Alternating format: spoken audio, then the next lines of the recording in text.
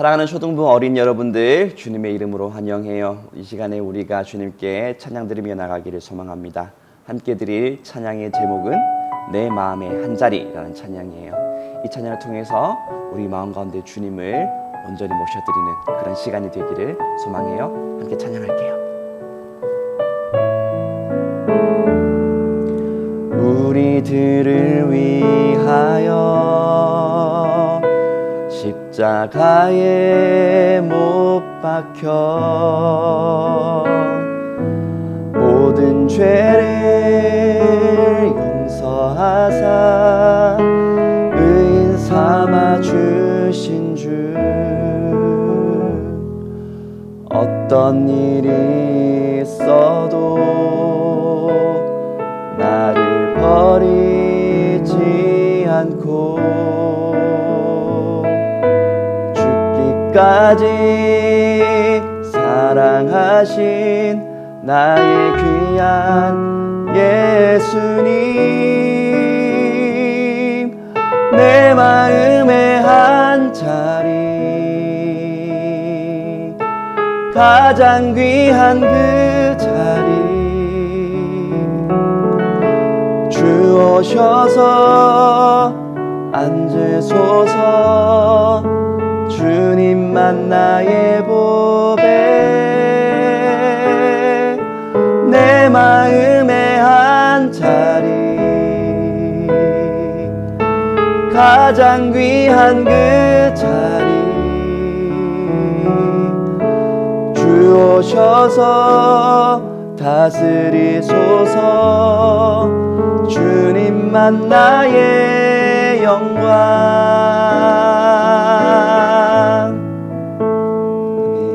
한 번 더 내 마음의 한 자리, 내 마음의 한 자리, 가장 귀한 그 자리, 주 오셔서 앉으소서. 주님만 나의 보배,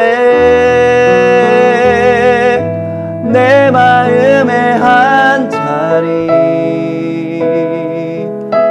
가장 귀한 그 자리, 주 오셔서 다스리소서. 주님만 나의 영광.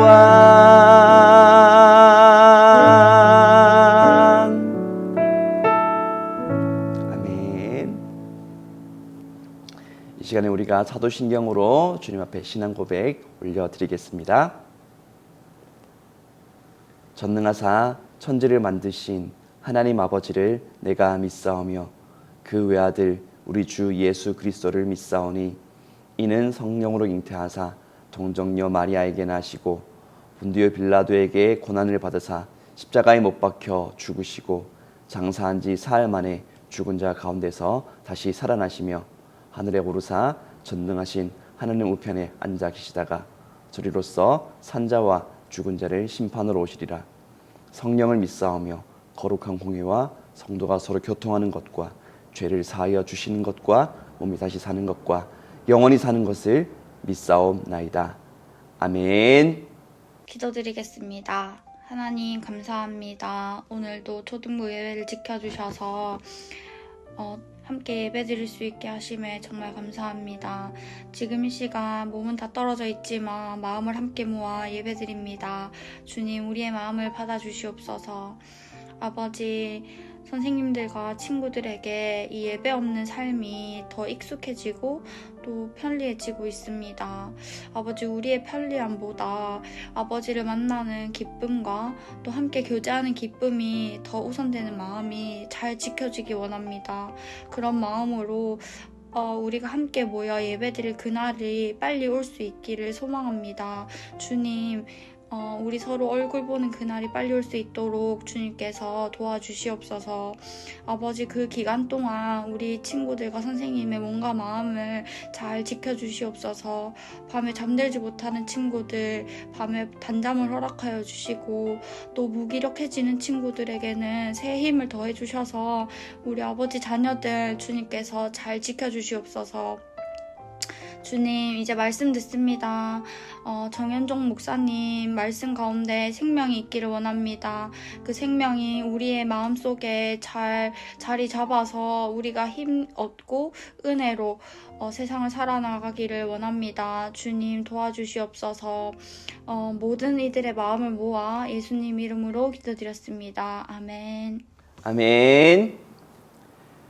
네, 이제 이 시간에 우리가 함께 오늘의 말씀을 보도록 하겠습니다. 오늘의 말씀은 출애굽기 20장 17절 말씀, 딱 한 절이에요. 20장 17절 말씀을 함께 보도록 할게요. 어서 성경책을 펴서 함께 이 말씀을 읽어 주었으면 좋겠어요. 제가 읽어 드릴 텐데 가능하시면 함께 읽고 아니면 눈으로라도 따라와 주셨으면 좋겠어요. 함께 읽겠습니다. 내 이웃의 집을 탐내지 말라. 내 이웃의 아내나 그의 남종이나 그의 여종이나 그의 소나 그의 낙이나 무릇 내 이웃의 소유를 탐내지 말라. 아멘. 자, 이 말씀을 가지고 내 이웃의 집을 탐내지 말라라는 제목으로 말씀을 나누도록 하겠습니다. 옛날 욕심 많은 강아지 하나가 입에 큰 고기 덩어리를 물고 다리를 건너고 있었대요. 그런데 다리 아래를 쓱 보니까 어떤 강아지 한 마리가 그 강아지도 큰 고기를 입에 물고 이렇게 딱 있는 자기를 쳐다보고 있는 거예요. 그걸 보니까 그 강아지가 물고 있는 그 고기도 너무 탐이 나서 뺏고 싶었어요. 그래서 그건 내놔 하는 마음으로 멍 짖었는데요. 그 순간 어떻게 될게요? 그 순간 그 강아지가 물고 있던 큰 고기를 놓쳐버리고 말았어요. 그리고 그 고기는 강물에 붕덩 하고 빠지고 말았죠. 사실 다리 아래에 있던 그 강아지는 그 강아지 자기 자신이었어요. 물에 비친 자기 자신이었는데 괜히 욕심 부리다가 그 아래에 있는 그 자기 물에 비친 그 자기 자신이 입에 물고 있는 그 고기, 그것도 괜히 욕심 부리다가 가지고 있는 고기마저도 잃어버리고 말았던 거죠. 자, 이 이야기는 이솝 우화에 나오는 욕심 많은 개라는 그런 이야기예요. 이 이야기를 들려드리면서 시작하는 이유는요, 오늘 다룰 이 10계명의 10번째 계명이 바로 이 욕심에 대한 내용이거든요.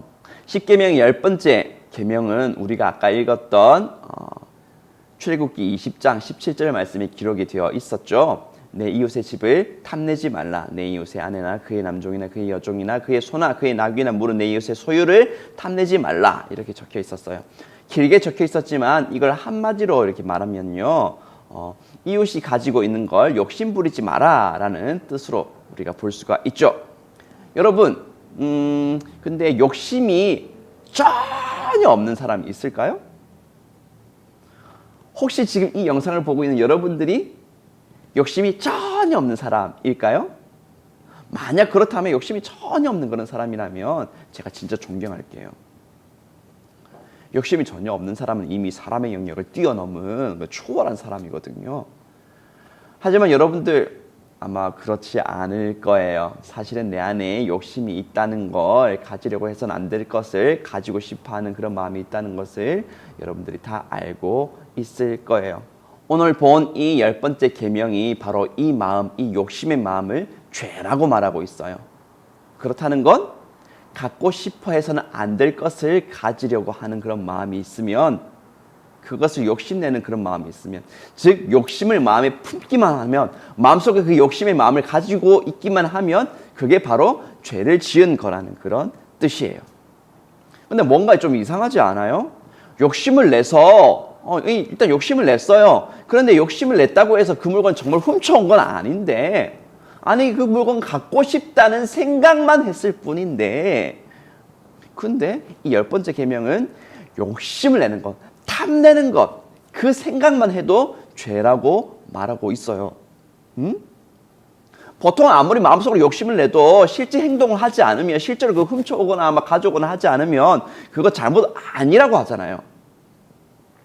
그래, 생각 그렇게 할 수 있지, 이렇게 그러잖아요. 마음속에 있는 생각을 실제로 저질러야 아 그래 그제서 네가 잘못한 거야 이렇게 얘기를 하는 거잖아요. 그런데 이 10번째 계명은 전혀 하지도 않았어도 욕심을 마음에 품고 있기만 하면 그런 나쁜 생각을 하기만 하면 죄야 라고 말하고 있는 거예요. 자, 이렇게 되면 우리가 이 10번째 계명을 어기지 않을 수 있는 사람이 있을까요? 없을 거예요. 뭐 이 행동에 대해서는 우리가 어느 정도 내 마음대로 할 수 있어요. 그냥 안 하면 되는 거예요.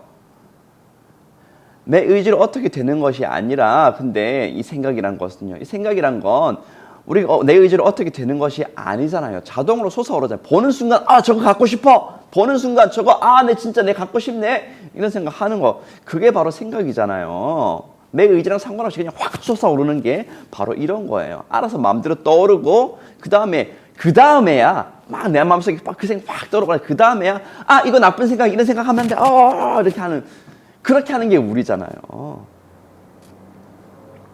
이제 다른 사람이 갖고 있는 저 물건을 차지하고 싶어 이런 마음을 먹어야지. 이제부터 저 사람들이 가지고 있는 저 물건들 다 내가 가지려고 마음 먹어야지. 이런 생각한다고 해서 그런 생각이 떠오르는 게 아닌 거잖아요. 그래요. 이 생각이랑 어떻게 우리가 할 수 있는 것이 아니에요. 십계명의 앞쪽에 있는 다른 계명들을 보면요, 그냥 행동을 안 하기만 하면 되는 계명들이에요. 뭐 도둑질하지 말라, 살인하지 말라, 그런 것들을 안 하면 되는 거예요. 하지만 이 10번째 계명은 달라요. 그런 차원을 넘어서요. 우리 스스로는 절대 지킬 수 없는 이 생각만 해도 죄라고 말하는 이 계명. 우리 스스로 절대로 지킬 수 없는 이 계명이 바로 10번째 계명이에요. 아니 하나님 무슨 이렇게 지키지도 못할 계명 우리에게 주신 거예요? 라는 생각이 들 수 있어요. 그렇잖아요. 욕심 한번 품어보지 못한 사람이 세상에 어디에 있을까요? 없잖아요. 그래서 아무도 이 계명을 지킬 수가 없는데 이 세상이 만들어진 이유로 단 한 사람도 이 계명을 어기지 않은 사람이 없을 텐데 그리고 앞으로 미래에도 없을 텐데 대체 왜 이런 불가능한 계명을 우리에게 주신 거죠? 이런 생각이 들 수 있을 텐데요. 자, 그 이유를요, 이 말씀을 통해서 알 수 있어요. 말씀이 어디냐면 바로 로마서 3장 20절 말씀. 그러므로 율법의 행위로 그의 앞에 의롭다 하심을 얻을 육체가 없나니 율법으로는 죄를 깨달음이니라. 아멘. 자, 이 말씀 우리가 잘 생각해야 돼요. 우리가 아무리 하나님께서 주신 이 율법, 이 법들을 잘 지키려고 한다고 해서 이 모든 걸 다 잘 지키려 한다고 해서 의롭다고 인정받을 사람이 없대요. 왜냐하면 다 지킬 수도 없어요. 방금 본 10번째 계명처럼 사람이라면 절대 지키는 것이 불가능한 계명들이 있기 때문이에요. 그러니까 이 계명 지키려고 한다고 해서 어기는 것들이 분명히 나오게 되어 있고 그렇기 때문에 하나님 앞에 너 완벽하게 의롭구나라고 말드릴 수 있는 사람 없다는 거죠. 그럼에도 불구하고 하나님께서 이런 계명을 우리에게 주신 이유가 있어요. 그게 뭐냐면 아까 보았던 로마서 3장 20절 뒤에 있는 이 말씀, 율법으로는 죄를 깨달음이니라.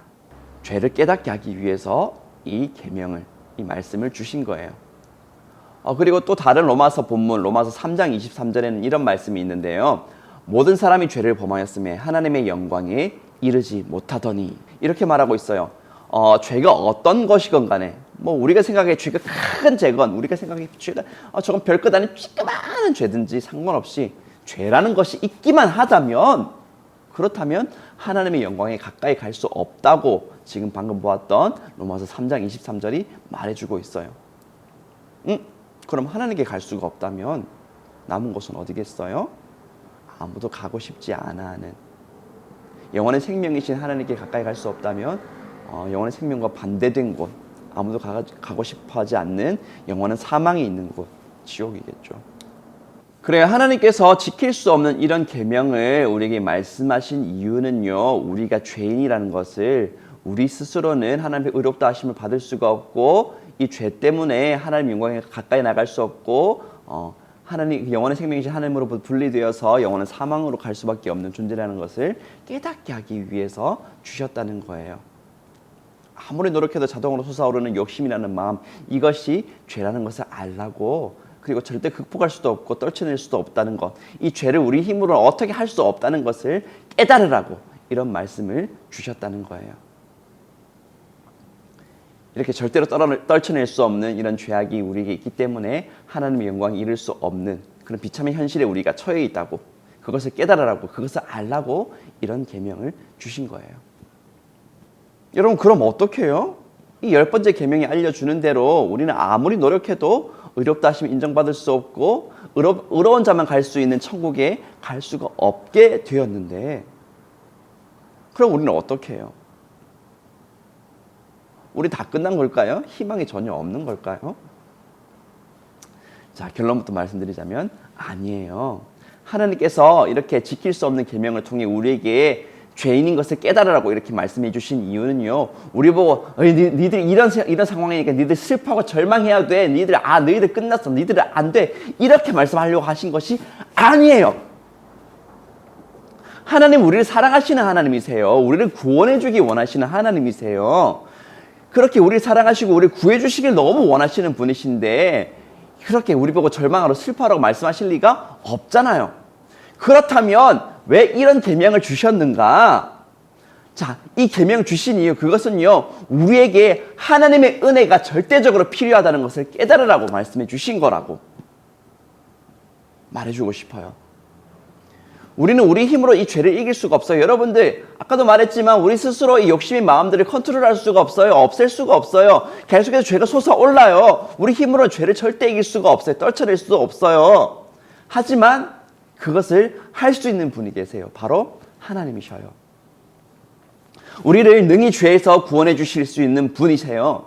우리를 죄에서 구원해 주시기 위해서라면 생명까지도 내어줄 수 있는 분, 자기 아들의 생명까지도 우리를 대신해서 내어주실 수 있는, 그렇게 우리를 사랑하시는 분, 그분이 바로 우리의 하나님이신 거예요.